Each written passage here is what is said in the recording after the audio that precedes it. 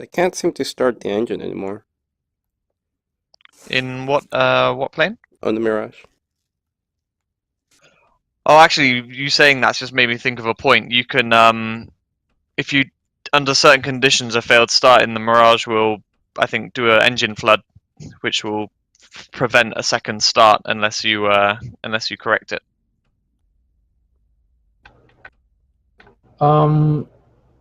New question already. How do I set my comms in the Mirage? How to set your comms? Yes. So once you're connected to the server and your aircraft has got electrical power, do you know where your radios are? I guess is question one. Rearming complete. Right side, dash. Coolety, Enfield Ford, passing to No, runway 25. they're on the left side, opposite the alignment system. So they're on the left-hand side, kind of where the side panel meets the wall, just by your gears. You've got two radios there. The light. Yeah, precisely. And you got the two radios there. The bottom one, which has the frequency indicator on it, is radio 1, and then the one above it is radio 2. They're both VHF AM radios. You turn one or both of those on. It's best to go with the bottom one if you're only going to use one, because that's got the manual frequencies as well as the presets, whereas the other one only has the presets. Turn it on, either assign a preset or dial in manually, and that's it. You know, if you're connected to the server, you should be able then to transmit and receive on your frequency of choice. Alright, thanks. Okay. I'm trying to get 253 on it, but it doesn't seem to... 251, taxiing to runway. I'm not sure which preset is 253. If you can't find the preset, then dial it manually. It's preset 19. Ah, yeah, on the VHF radio, it has it on 19. I can hear you. Alright, thank you.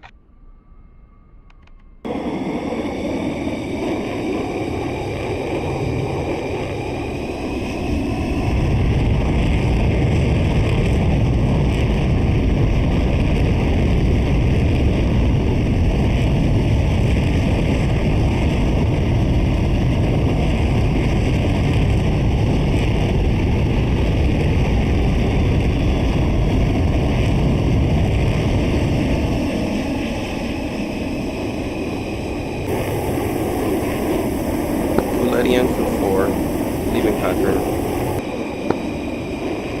I always forget how to do my calls. What, you mean like the order to do them in or whatnot?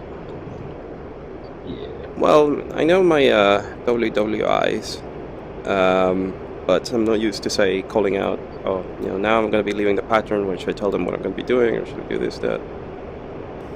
Yeah, a lot of it just comes down to kind of repetition and just kind of getting into the rhythm, if nothing else.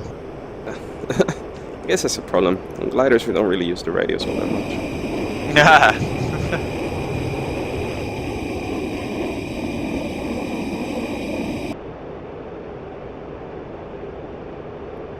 Springfield, I'm really not sure why. inbound.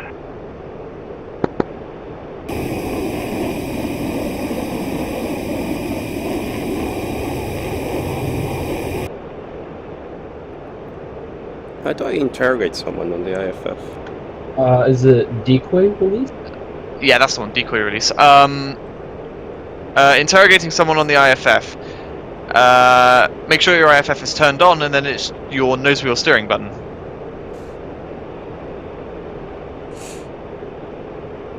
And if it's a friendly, the arrow shape will get sort of a little hat, like a filled-in Yeah, like a little diamond.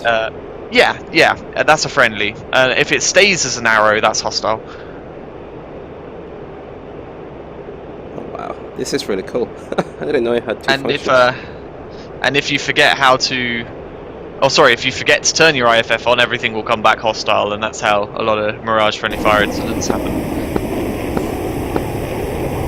So I guess my next step would be I log onto them and then just fire. Yeah, once you've interrogated, you can do a soft lock, a TWS lock, which will allow you to get more detail in terms of their heading, their speed, their altitude, all that fun stuff. And then fire when you're... And then, once you're in range, have 530 selected, either go to STT manually or just pull the trigger and it will go to STT automatically.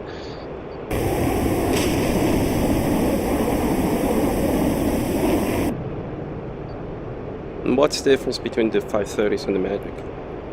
So the 530 is a medium-range air-to-air, radar-guided air-to-air missile, Right, and semi-active. Magic, I believe, And is the- IR. And the Magic's a heat seeker, yeah. So the Magic's kind of like the AIM-9, if you like, and the Super 530 is kind of like the AIM-7, if you're familiar with the American weapons. So the 530 is a lot faster and longer ranged, but requires radar guidance to hit the target. If you lose guidance before the missile hits, then the missile goes dumb. Whereas the Magics are fire and forget. They're much shorter range and they need a good heat signature, but once they come off the rail, they do one of two things: they either hit the target or they miss. Yeah, I just fired one and it went straight ahead. Did you have a what? What did you fire? A 530 or a Magic? Magic. Yeah, so if you've not got a tone on anything, yeah, it's just going to go straight ahead.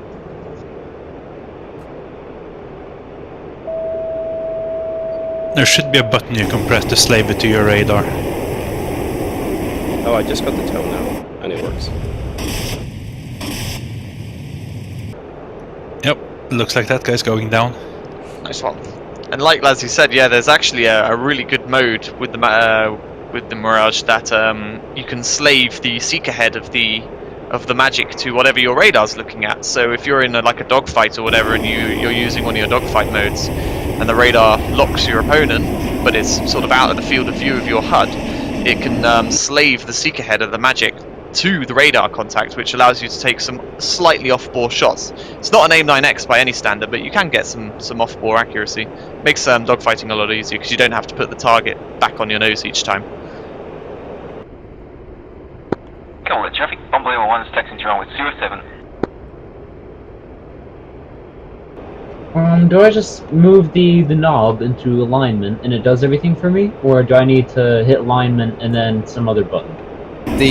Your coordinates are already set in, but I guess if you're asking, they're not. So you're probably gonna have to either turn on APU or connect the ground power first. I don't know if you have that. Then you're gonna have to go to your EHSD page. I'm there.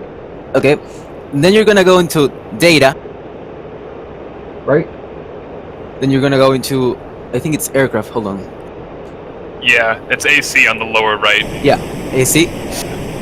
And on the top part of your display, you should have two coordinates, north and east. Do you have a number there, or is it just zeros? It's all zero. Okay, so you're gonna have to input them manually. My screen looked like zeros, except there was the coordinates were inside of the little circle, but it said this from what I can remember.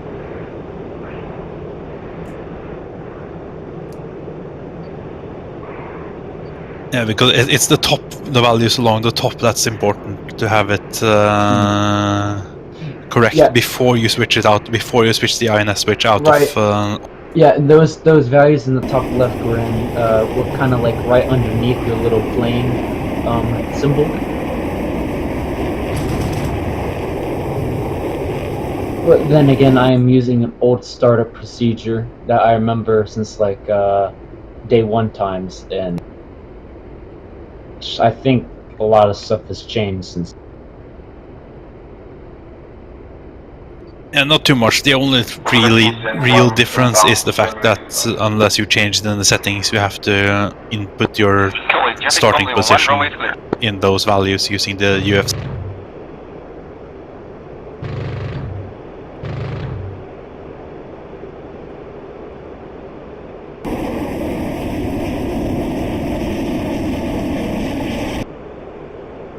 Lady, Enfield 2, inbound 20 miles north.